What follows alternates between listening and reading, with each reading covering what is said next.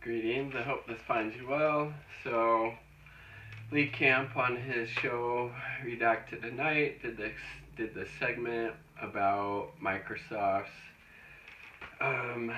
ElectionGuard technology, which will be set up to be adopted by half the voting machine manufacturers and some state governments for the 2020 general election.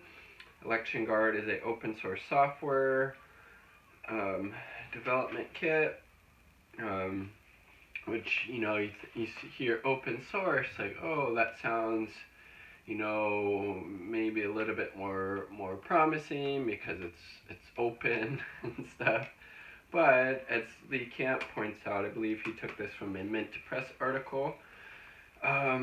Very few people have the time and ability to look at the code.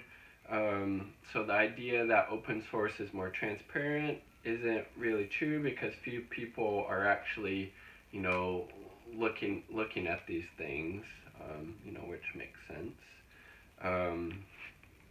And then they talk about, I guess, the only security measure named in the press conference about this ElectionGuard technology is called Homomorphic Encryption. And then the camp also points out how that Microsoft has in the past worked with the government to bypass encryption.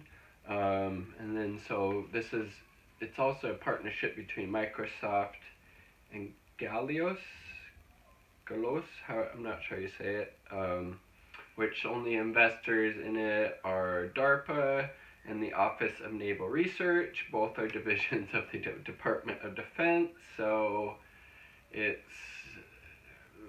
basically the military-industrial complex in concert with Microsoft will soon have the ability to have, pretty good control over, our voting system, which has some, pretty clear and troubling implications, in my opinion, because, say there's a candidate running for office who, wants to greatly rein in the military-industrial complex, say a Tulsi Gabbard, and to a lesser extent, Bernie Sanders. Why would we think that they wouldn't try to meddle with this code to, prop up the candidates who do support the military-industrial complex? And then so supposedly Microsoft is giving this ElectionGuard technology to, our government for free, but in November 2018, Microsoft secured a contract worth $480 million with the Pentagon to provide the U.S. military with HoloLens technology. Not sure exactly what that is, but they get this hundreds of $million contract with the Pentagon back in November, and then now they're giving this, ElectionGuard technology for free to our government. And, if we really want to have a accountable and accurate and ethical and no-nonsense way to make sure all of our votes are being counted, there's not any type of electioneering going on technology-wise, then we need to go back to just having paper ballots, having those paper ballots being counted in front of people, having ranked choice voting, having accurate and real exit polls. As Lee Camp pointed out in his segment, there's actually, I think, only one organization that conducts exit polls now during elections, and they said basically that they just base their exit poll numbers off of the numbers that they get, so there's no real accuracy or legitimacy to the exit polls anymore. And so get rid of all this complicated electronic voting nonsense and go back to the paper ballot, something that can't be hacked into, something that's easily identifiable, something that's also, like a lot cheaper. Like all of these voting machines and everything are probably pretty expensive, when we can just have paper ballots. A much better way, in my opinion, to keep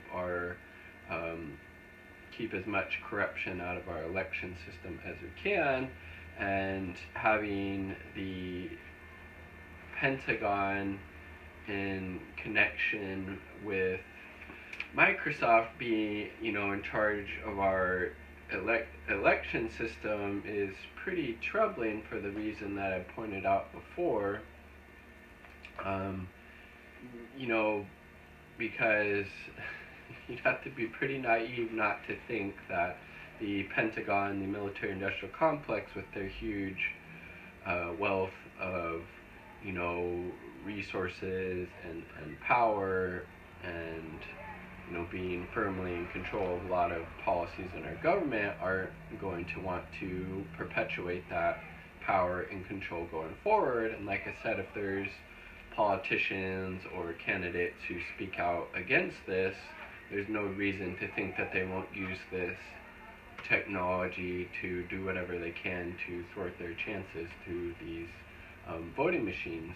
And Lee Camp also pointed out how the Department of Homeland Security, during the last election cycle, I believe it was in 2018, how they hacked into different state voting systems, and then they were like, why are you doing this? This is pretty shady. They're like, oh, it's for legitimate reasons. So, we have clear history of this already being done, and there's no reason not to think it would get even more extreme with this new ElectionGuard technology with Microsoft in connection with the Pentagon.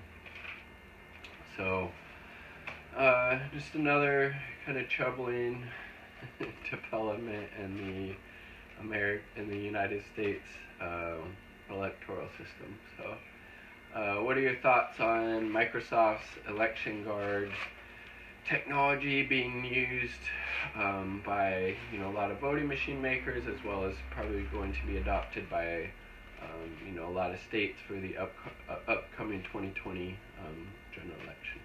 Peace.